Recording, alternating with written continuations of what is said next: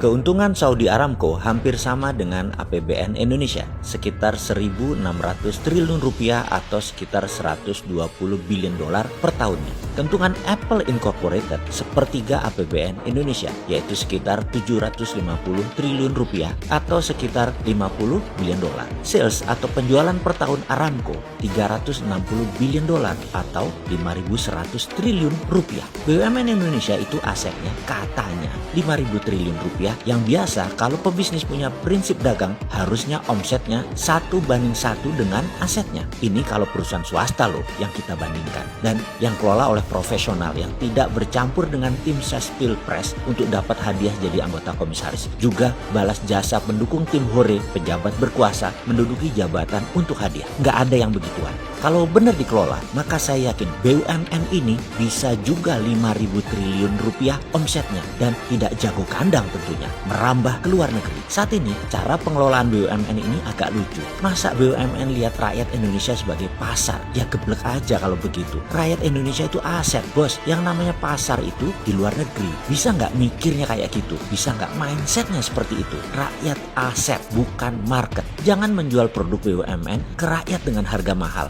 Jangan paksa rakyat dengan produk BUMN yang tidak ada pilihan. Jangan buat rakyat bergantung kepada BUMN. Jangan buat BUMN ambil sisi hulu yang membuat UKM ditekan atau tertekan di sisi hilir. Buat apa ada BUMN kalau kayak begitu? Inilah salah kaprahnya pengelola BUMN di bawah kementerian yang sangat manja dengan regulasi-regulasi yang melindungi mereka dan dana APBN. Sudah kayak begitu, nggak bisa 1:1 lagi asetnya dengan salesnya. Apa itu maksudnya 1:1? Ini harus diterangkan karena mungkin sahabat sudah tahu, tapi buzzer nggak paham. Ini yang harus dijelaskan biar buzzernya pinter sedikit, komennya jadi bermutu. Sederhananya begini, kalau kita pebisnis, aset kita yaitu modal plus alat usaha dan lain sebagainya, katakanlah 500 juta. Kita punya penggilingan padi, setiap hari menerima jasa giling, dan dalam 1 tahun omset kita 500 juta. Profit kita bersih 20% atau sekitar 100 juta rupiah. Itu adalah nilai wajar biasa, dan itu bisnis seperti biasa. Kalau bisnis bagus, itu sewaktu pengelolaan harus masuk rumus 1, 2, 3. Masuk 1, katakanlah 1 miliar,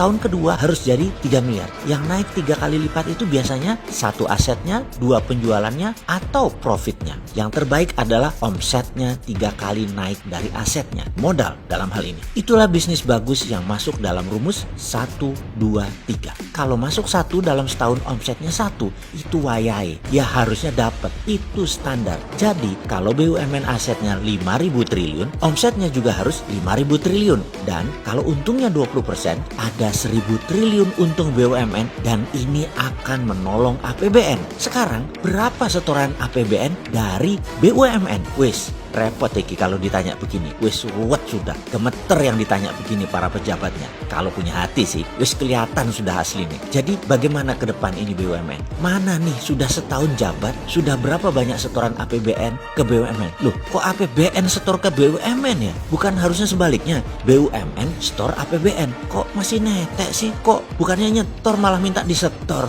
Kok enak ya? Maaf nih bro, namanya pelayan publik pejabat itu ya. Jadi wajar kalau ada yang nanya. Bukan oposisi loh ya, maklum fans dirimu, apa juga yang kamu perbuat itu bilangnya bagus. Kalau kita kan netral, Anda ya harus melayani sisi liar dari harapan publik lainnya yang bayar pajak, minta performa Anda. Mangkel loh yang bayar pajak lihat APBN tidak perform, APBN malah buat nyetor BUMN, BUMN yang nggak perform. Kalau nggak perform, ya kita ingetin. Kalau mau tahu caranya bisa meningkatkan omset dan profit BUMN, ya mbok kabar-kabaran, nanti kita kasih tahu, kita tolong. Tapi tutup dulu 500 BUMN anak dan cucunya dulu. Nanti enak deh kita ngomong. Menutup itu bikin efisien biaya loh bos. Walau tim hore yang nggak bisa kerja banyak kecewa.